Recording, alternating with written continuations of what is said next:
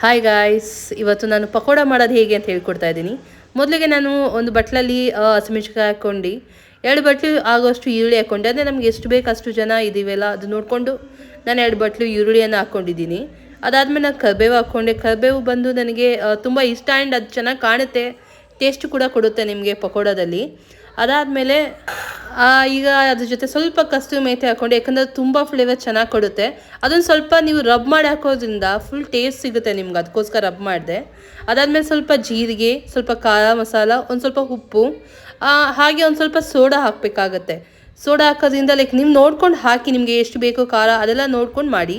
ಅದಾದಮೇಲೆ ಸೇಮ್ ಏನಿದನ್ನು ಅದೇ ಬಟ್ಲಲ್ಲಿ ನಾನು 2 ಬಟ್ಲು ಕಡಲೆ ಹಿಟ್ಟು ತೊಗೊಂಡು, ಅದು ಕೂಡ ನಾನು ನೀರು ಹಾಕ್ಕೊತಾ ಇಲ್ಲ, ಯಾಕಂದರೆ ಫಸ್ಟು ಅದು ಈರುಳ್ಳಿಲಿ ನೀರು ಬಿಟ್ಕೊಳ್ಳುತ್ತೆ. ಸೊ ನಾನು ಫಸ್ಟು ಈರುಳ್ಳಿನ ಕಳಿಸ್ಕೊಂಡು ನೋಡಿದೆ ಎಷ್ಟು ಬೇಕಾಗುತ್ತೆ, ಏನು ಬೇಕಾಗುತ್ತೆ ಅನ್ನೋದನ್ನ. ನೀವು ನೋಡಿದ್ರೆ ಗೊತ್ತಾಗುತ್ತೆ. ಈಗ ನೋಡಿ ನನಗೆ ಎಷ್ಟು ಈರುಳ್ಳಿ ಏನಾಗುತ್ತೆ, ನೀರು ಬಿಟ್ಕೊಳ್ಳುತ್ತಾ ಇಲ್ವಾ ಅದನ್ನ ನೋಡ್ಕೊಂಡು ಕನ್ಸಿಡಿ. ಯಾಕಂದರೆ ಇದು ಪಕೋಡ ಆಗಿರೋದ್ರಿಂದ ಗಟ್ಟಿಯಾಗಿ ಬರಬೇಕು ಮೇಯ್ನಾಗಿ. ಸೊ ಯಾವ ಥರ ಕನ್ಸ್ಟೆಂಟ್ ಬರುತ್ತೆ ಅದೆಲ್ಲ ನೋಡಿಕೊಂಡು ನೀವು ನೀರು ಹಾಕ್ಕೊಳ್ಳಿ. ಜಾಸ್ತಿ ಹಸಿಟ್ಟು ಹಾಕ್ಕೊಂಬೇಡಿ, ಅಥವಾ ಜಾಸ್ತಿ ನೀರು ಕೂಡ ಇದರಲ್ಲಿ ಯೂಸ್ ಮಾಡಬೇಡಿ. ಯಾಕಂದರೆ ಅದು ನಿಮಗೆ ಪಕೋಡ ಥರ ಇದ್ದರೆ ಚೆಂದ ಬಜ್ಜಿ ಆಗಲಿ ಬೋಂಡ ಆಗಲಿ ಆಗಬಾರ್ದು. ಈಗ ನಂಗೆ ನೋಡಿ 1 ಬಟ್ಲು ಸಾಕಾಗಿಲ್ಲ ಅಂತ ಇನ್ನೊಂದು ಬಟ್ಲು ಕೂಡ ಯೂಸ್ ಮಾಡ್ಕೊಂಡಿದ್ದೀನಿ.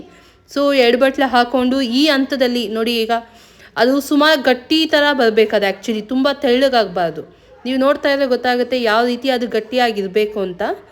ಆ ಗಟ್ಟಿ ಆದಮೇಲೆ ನಾನು ಸ್ವಲ್ಪ ಹೊತ್ತು ಅದನ್ನ ಮ್ಯಾರಿನೇಟ್ ಆಗೋಕ್ಕೆ ಒಂದು 5-10 ನಿಮಿಷ ಬಿಟ್ಟೆ. ಆ್ಯಕ್ಚುಲಿ 5 ನಿಮಿಷ ಬಿಟ್ಟು ಈ ಕಡೆ ಎಣ್ಣೆ ಇಟ್ಕೊಳ್ಳೋಣ ಅಂದ್ಬಿಟ್ಟು ಅದನ್ನು ಮ್ಯಾರಿನೇಟ್ ಮಾಡೋಕ್ಕೆ ಅದು ನಾನು ಮುಚ್ಚಿ ಒಂದು 5-10 ಮಿನಿಟ್ಸ್ ನಾನು ಪಕ್ಕದಲ್ಲಿ ಇಟ್ಕೊಂಡು ಎಣ್ಣೆ ಕಾಯಿಸ್ಕೊಂಡೆ.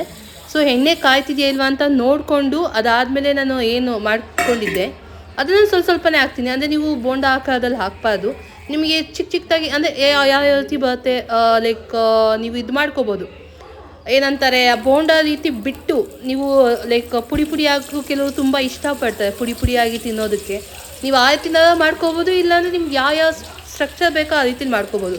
ಪಕೋಡಾಗೆ ಯಾವುದೇ ರೀತಿ ಸ್ಟ್ರಕ್ಚರ್ ಇಲ್ಲ, ಬೋಂಡ ಬಜ್ಜಿ ಇರೋ ಸ್ಟ್ರಕ್ಚರ್ ಥರ ಯಾವುದೇ ರೀತಿ ಸ್ಟ್ರಕ್ಚರ್ ಇಲ್ಲ. ಸೊ ನೀವು ನೋಡ್ಬೋದು ಯಾವ ರೀತಿ ಬರ್ತೀರ ನೋಡಿ. ಆ ಸೌಂಡ್ ಕೇಳೋಕ್ಕೆ ಚೆನ್ನಾಗಿದೆ. ಆ್ಯಕ್ಚುಲಿ ಇವಾಗ ಬ್ರೌನ್ ಕಲರ್ ಬರೋವರೆಗೂ ನೀವು ಸ್ವಲ್ಪ ಬೇಯಿಸ್ಕೊಬೇಕಾಗತ್ತೆ. ಚೆನ್ನಾಗಿ ಬೇಯಿಸ್ಕೊಳ್ಳಿ. ಯಾಕಂದರೆ ನೀವು ಬ್ರೌನ್ ಕಲರ್ ಬಂದಿಲ್ಲ ಅಂತ ಅಂದರೆ ಅದು ನಿಮಗೆ ಸ್ಕ್ರಿಪ್ಸ್ಗೆ ಆಗಿ ಸಿಗೋದಿಲ್ಲ. ಅಂದರೆ ಏನಂದರೆ ಗಟ್ಟಿಯಾಗಿರುತ್ತೆ ಪಕೋಡ.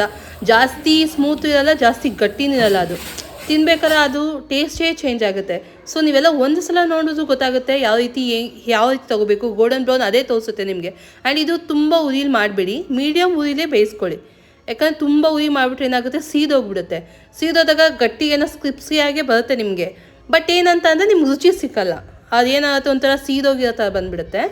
ಸೊ ನೋಡಿ, ಸಣ್ಣ ಅಂದರೆ ಮೀಡಿಯಮ್ ಉರಿ, ತುಂಬ ಸಣ್ಣನೂ ಬೇಡ, ತುಂಬ ಜಾಸ್ತಿನೂ ಬೇಡ, ಮೀಡಿಯಮ್ ಉರಿಲಿ ನೋಡ್ಕೊತಾರೆ ಗೊತ್ತಾಗುತ್ತೆ ನಿಮಗೆ. ಸೊ ಅದನ್ನು ಅಬ್ಸರ್ವ್ ಮಾಡ್ತಾ ಇದ್ದೀವಿ. ಆ್ಯಕ್ಚುಲಿ ಅದು ಗೋಲ್ಡನ್ ಬರ್ತಿದೆಯಾ ಇಲ್ವಾ ಅಂತ ಅಂದ್ಕೊಂಡು ನಿಧಾನಕ್ಕೆ ಅದನ್ನು ಚೇಂಜ್ ಮಾಡ್ಕೋತಾ ಇರಿ. ಯಾಕೆ ಒಂದೇ ಸೈಡ್ ಬೈದ್ಬಿಡುತ್ತೆ, ಅದಕ್ಕೆ ಒಂದೇ ಸೈಡ್ ಬೇಯಿಸೋಕ್ಕೆಲ್ಲ ಹೋಗ್ಬೇಡಿ. ನೋಡ್ಕೊತ ತಿರುವಾಕೊಂಡು ಅದನ್ನು ಗೋಲ್ಡನ್ ಕಲರ್ ಬರಬೇಕು. ಆ್ಯಕ್ಚುಲಿ ಗೋಲ್ಡನ್ ಕಲರ್ ಬರೋದು ಯಾವುದೇ ಕಾರಣಕ್ಕೂ ಎತ್ತಕ್ಕೆ ಹೋಗ್ಬಿಡಿ ಫ್ರೆಂಡ್ಸ್, ಓಕೆನಾ. ಈಗ ನಾನು ನೋಡಿ ನೆಕ್ಸ್ಟು ಆ ಗೋಲ್ಡನ್ ಕಲರ್ ಬಂದಿರೋದನ್ನ ನಾನು ಎತ್ತುತ್ತಾ ಇದ್ದೀನಿ. ಎಷ್ಟು ಕ್ರಿಸ್ಪಿಯಾಗಿ ಬಂದಿದೆ ಅಂತ ಅಂದರೆ ಅದು ತುಂಬ ಮೆತ್ತಗೂ ಇಲ್ಲ ಅಥವಾ ಗಟ್ಟಿಗೂ ಇಲ್ಲ, ತಿನ್ನೋದಕ್ಕೆ ತುಂಬ ಚೆನ್ನಾಗಿರುತ್ತೆ. ಇದಕ್ಕೆ ಲಾಸ್ಟಲ್ಲಿ ನಾನು ಕರಿಬೇವು ಎಲೆ ಹಾಕ್ತೆ, ಯಾಕಂದರೆ ಅದು ಕರಿಬೇವು ಎಲೆ ಇದ್ರೇ ಪಕೋಡಕ್ಕೆ ಆ್ಯಕ್ಚುಲಿ ಚೆನ್ನಾಗಿರುತ್ತೆ. ಸೊ ಇದನ್ನು ನೀವು ಒಂದ್ಸಲ ಯೂಸ್ ಮಾಡಿ ಮನೇಲಿ ನೋಡಿ. ಚೆನ್ನಾಗಿ ಬಂದಿದೆ ಅಂದರೆ ನನಗೂ ಲೈಕ್ ಆ್ಯಂಡ್ ಕಮೆಂಟ್ ಕೊಡಿ, ಮತ್ತು ಬೇರೆ ರೆಸಿಪಿಗಾಗಿ ನನಗೆ ಕಮೆಂಟ್ಸ್ ಮಾಡಿ, ನಾನು ಮಾಡಿಕೊಡ್ತೀನಿ.